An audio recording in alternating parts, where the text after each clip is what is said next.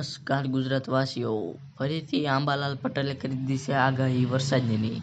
25 માર્ચથી ફરી મોસમનો મિજાજ બદલાશે.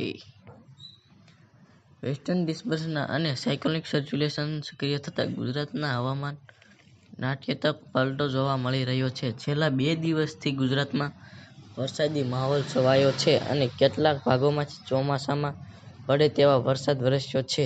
ભારે પવન અને કરા સાથે વરસાદ તૂટી પડતા ખેડૂતોનો જીવ અદ્ધર થઈ ગયો છે. જોકે વરસાદનું જોર ઘટી ગયું છે અને સૌરાષ્ટ્ર, ગીર સોમનાથ જિલ્લા સિવાય ગુજરાતના અન્ય ભાગોમાં મેઘરાજાએ વિરામ લીધો છે.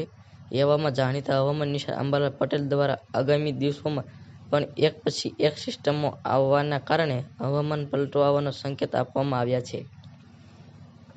આંબાલાલ પટેલે જણાવ્યું છે કે આગામી 25 થી 28 માર્ચની આસપાસ વધુ એક પશ્ચિમી વિક્ષોભ આવવાના કારણે વધુ એકવાર ગુજરાતનું હવામાન પલટાઈ શકે છે.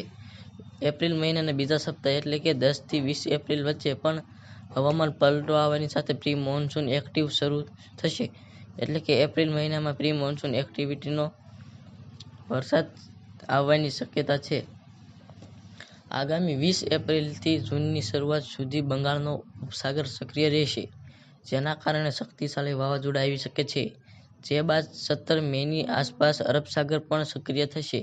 એટલે કે 17 મેની આસપાસ વાવાઝોડું સર્જાઈ શકે છે. જે બાદ 8 થી 20 જૂનની વચ્ચે પણ વાવાઝોડાની શક્યતા નકારી ના શકાય, પરંતુ મોટાભાગના વાવાઝોડાની દિશા ઓમાન તરફ રહેતી હોય છે.